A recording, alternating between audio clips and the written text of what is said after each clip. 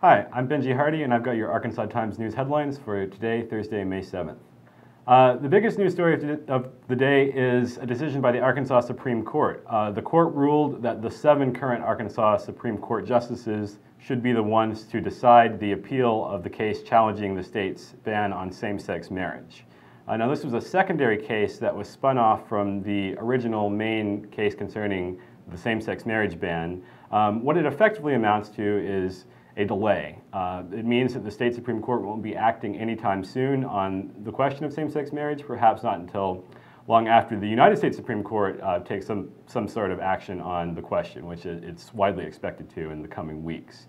There's a long backstory here that involves a lot of controversy. It involves 2 state Supreme Court justices recusing themselves in protest, saying that the court was attempting to delay making a decision. A bit lengthy to go into, so I'd advise you to check the Arkansas blog for a fuller account of all of that backstory.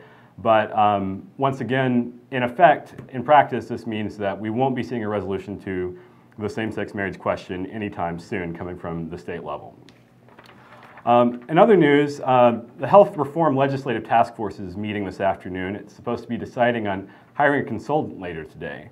But as David Ramsey writes on the Arkansas blog today, the task force really is facing one big choice, aside from whatever consultant it chooses. And that, of course, is whether or not to continue the coverage for the 200,000 plus Arkansans that have obtained insurance through the private option. Dave writes, the task force really has to learn to love Obama money or get ready to send out hundreds of thousands of cancellation letters in a couple of years. And no consultant can really help with that central issue. Medicaid expansion money coming from the federal government is directly responsible for that insurance coverage for the hundreds of thousands of people that have obtained insurance recently. And without it, that coverage essentially can't continue. There's no way the state can afford it on its own. But still, we should keep a close eye on the task force in the coming months ahead. Interesting item yesterday about State Treasurer Dennis Milligan, who's suspending a planned policy of requiring all employees in his office to delete emails after 30 days. Milligan's office has been under scrutiny recently after a series of ethics scandals, some of which were uncovered by reporters looking at staff emails.